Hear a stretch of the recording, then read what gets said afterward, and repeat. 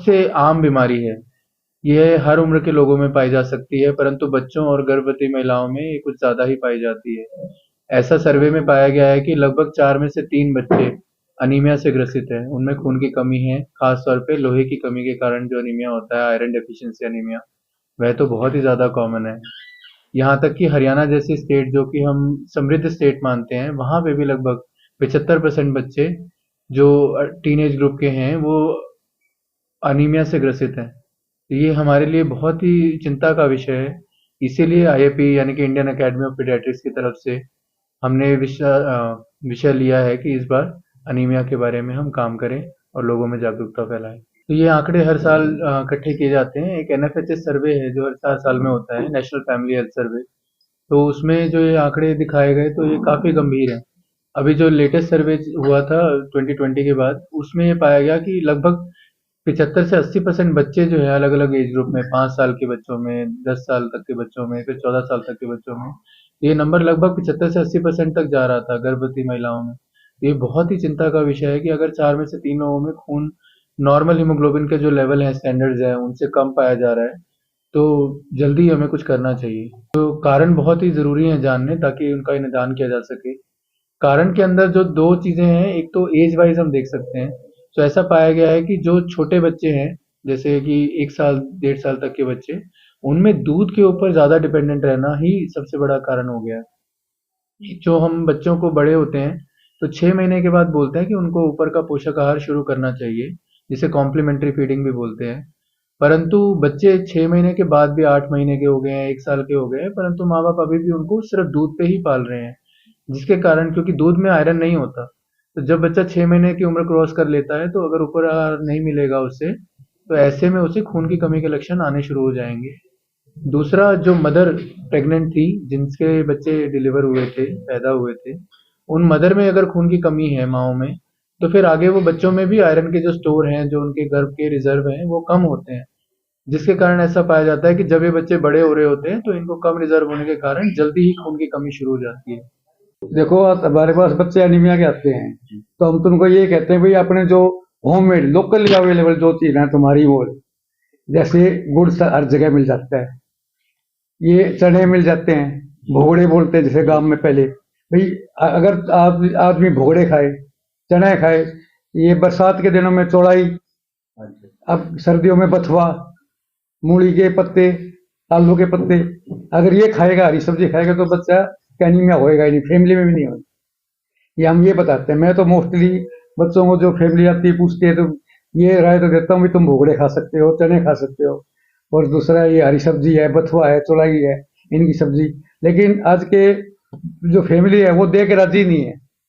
ये चीज है ना, इन सरसों का साग बनाए गए, मेहनत करनी पड़ती है पेरेंट्स को, ये बना के राजी नहीं है।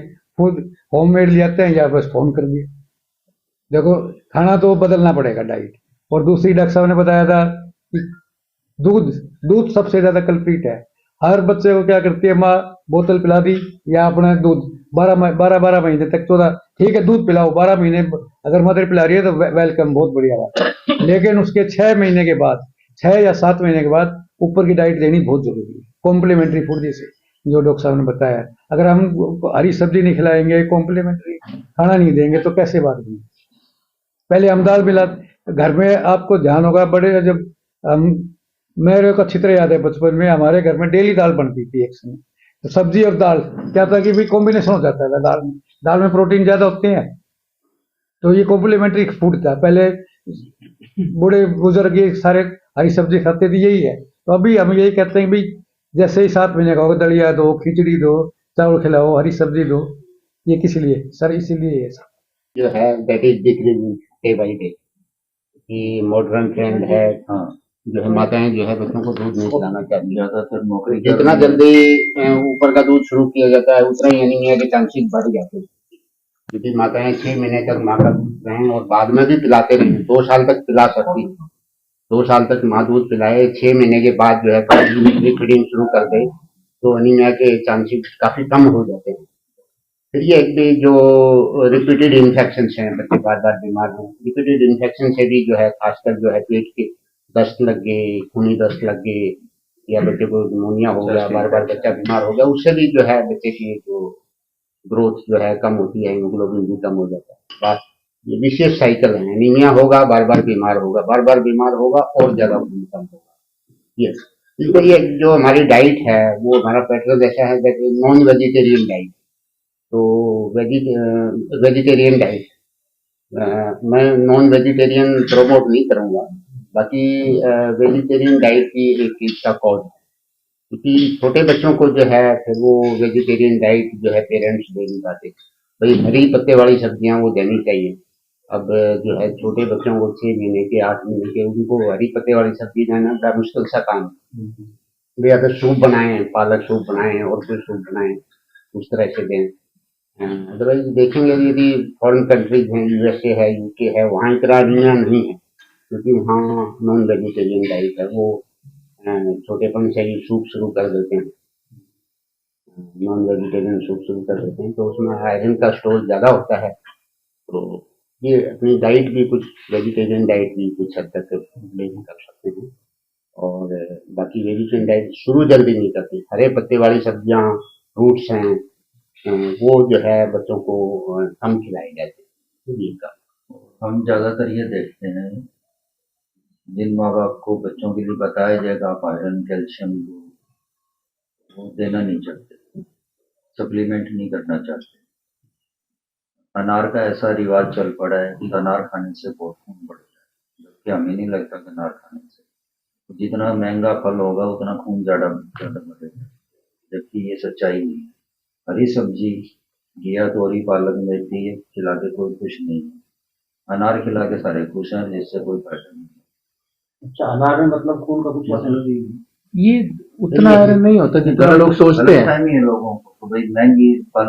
अब आप जो है सब सेब खिला रहे हो बच्चे को और आपने छिलका उतार दिया, आयरन तो आपने सारा नाली में फेंक दी, छिलका कोई खाता नहीं। खीरा है, आप छिलका उतार के खाते हो, क्या फायदा उसका? आपको फाइबर डाइट ज्यादा चाहिए, फाइबर आप फेंकने लग रहे हो। जूस का रिवाज चल पड़ा है, जिनके जाड़ दांत हैं वो भी जूस पी रहे हैं, फाइबर आप खा ही नहीं रहे तो खून बढ़ेगा कहाँ से? गाजर वगैरह का है, वो जो भी आप फ्रूट ले रहे हो उसको आप साबुत खाने की कोशिश करो। और एक पॉइंट ये है कि जैसे मान लो किसी को अनीमिया हो जाता है, it is very common, anaemia को हम ट्रीट करते हैं, तो अनीमिया जो है 5-10 दिन में ट्रीट नहीं होता, इट टेक्स सेवरल मंथ्स। वो 3-4-5-6 महीने भी आपको दवाई खानी पड़ सकती है। भाई 1 महीना दवाई दो, हीमोग्लोबिन ग्रो, 1 महीना दो, जब तक बच्चे का खून पूरा नहीं हो जाता तब तक आयरन देना पड़ेगा। कम से कम 3-4 महीने तो देना ही पड़ता है, किसी को ज्यादा भी देना पड़ जाए, 6 महीने भी देना पड़ जाए, साल भी देना पड़ जाए, लेकिन इतनी लंबी दवाई कोई खा के रख शरीर में आपको एक बोतल खून बढ़ने की पिला के खत्म, भूल जाते हैं, ना वो आते हैं ना वो आगे दवाई, तो इसलिए अनीमिया ट्रीट भी नहीं हो पाता।